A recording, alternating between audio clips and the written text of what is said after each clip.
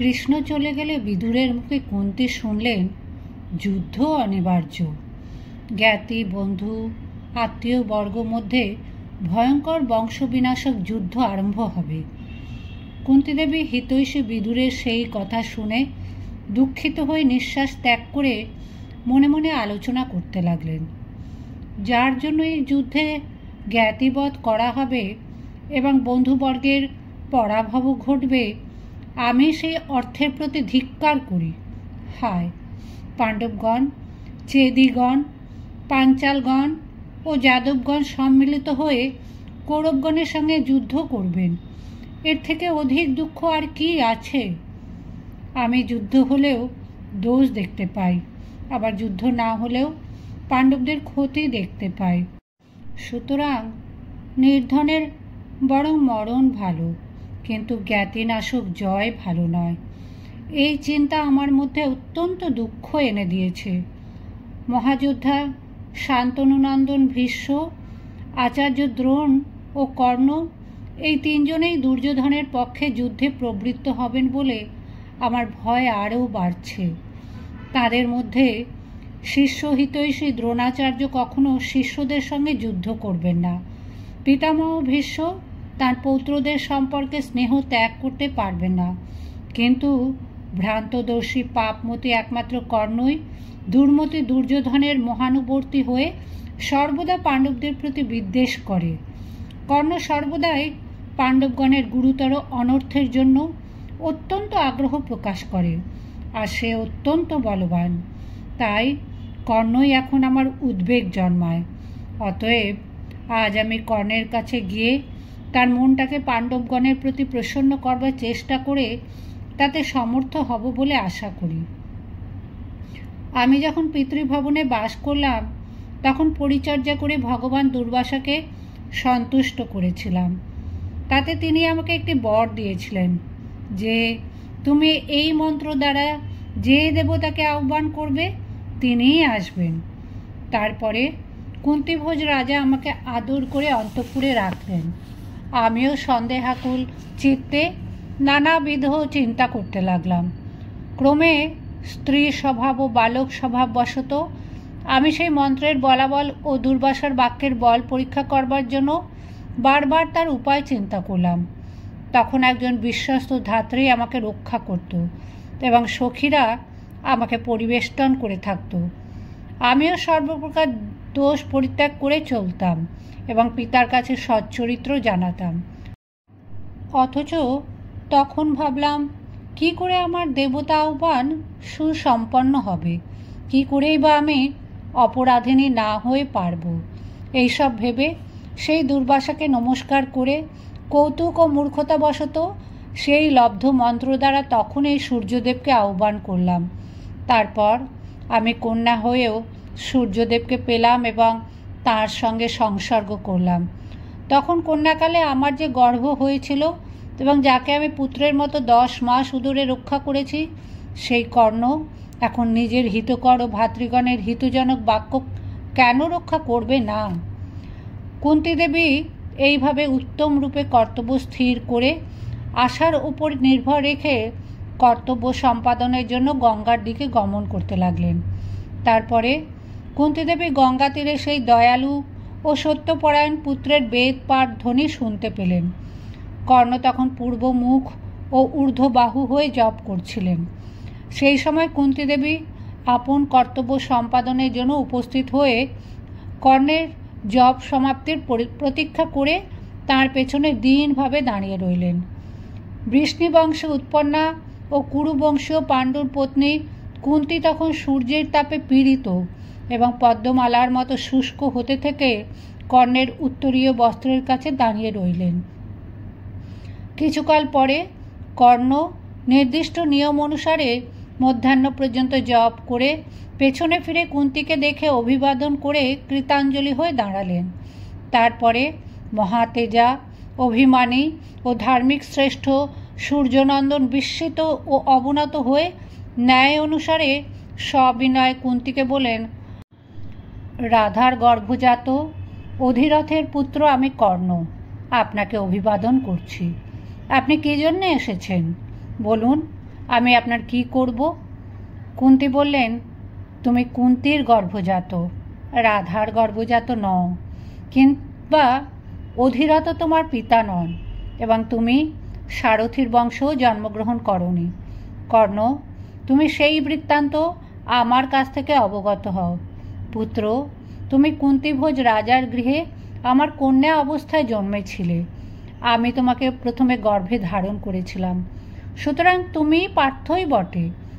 এই যিনি জগৎ প্রকাশ করেন ও তাপ দান করেন, সেই সূর্যদেবী তোমাকে আমার গর্ভে উৎপাদন করেছিলেন। এখন তুমি অস্ত্রধারী শ্রেষ্ঠ হয়েছ।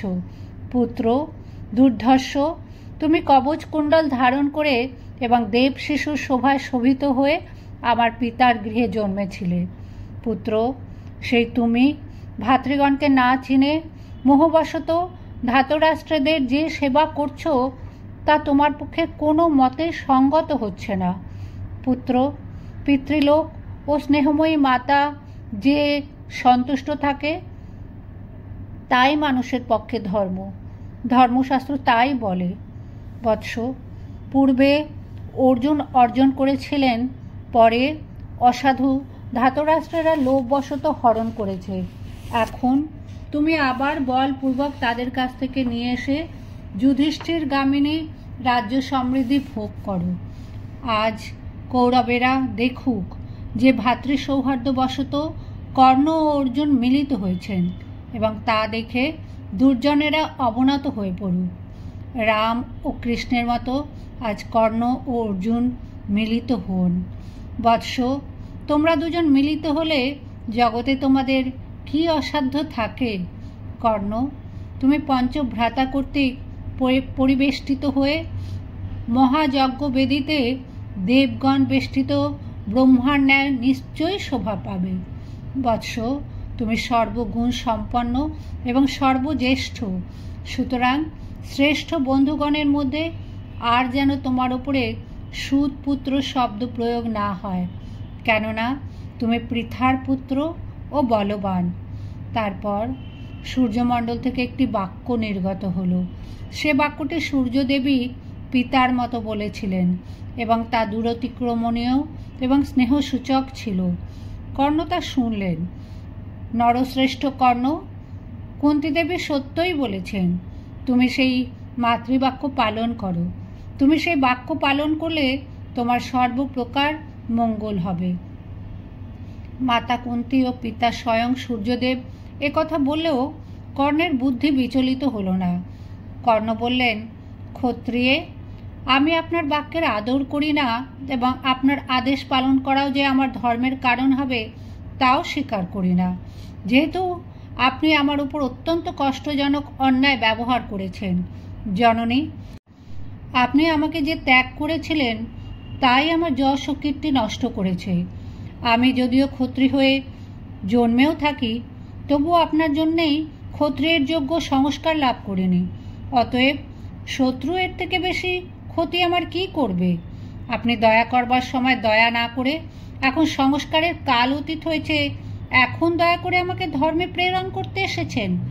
আপনি পূর্বে মাতার ন্যায় আমার হিত সাধনের চেষ্টা করেননি, কিন্তু আজ সেই আপনি কেবল নিজের হিতের জন্যেই আমায় হিতের উপদেশ দিচ্ছেন। কোন লোক কৃষ্ণের সঙ্গে মিলিত অর্জুনকে ভয় না করে? অতএব আমি পাণ্ডবদের সভায় গেলে কোন লোক আমাকে ভীত বলে মনে না করবে?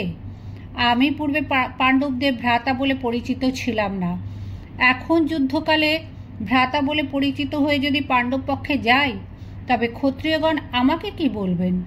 ধাতরাষ্ট্রেরা আমার সুখ অনুসারে সর্বপ্রকার অভীষ্ট বস্তু বিভাগ আমাকে দিয়েছেন এবং আমার সম্মান করেছেন।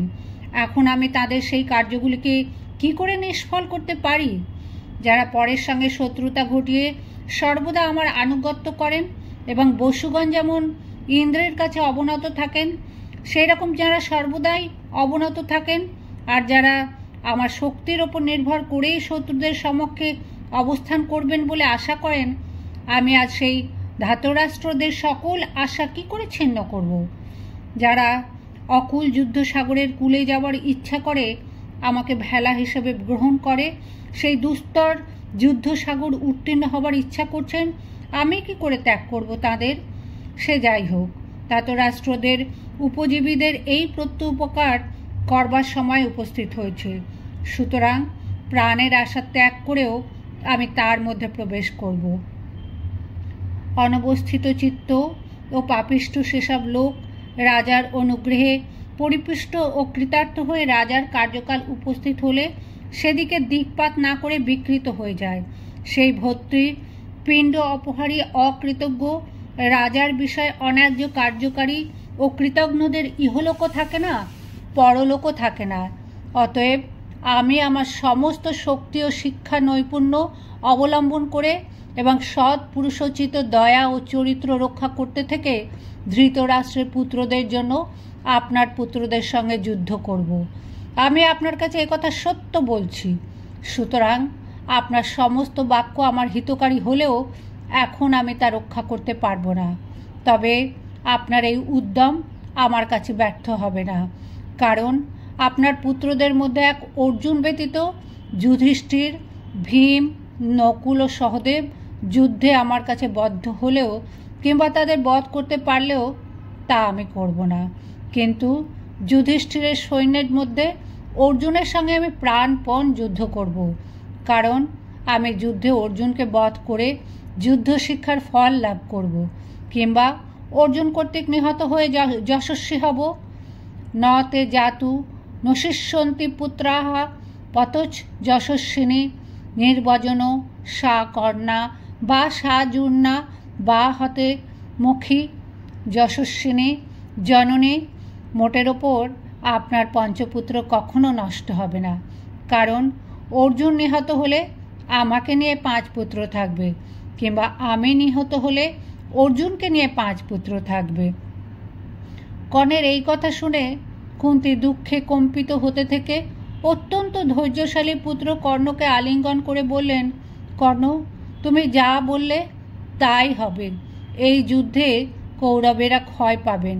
হায়, দৈবই প্রবল।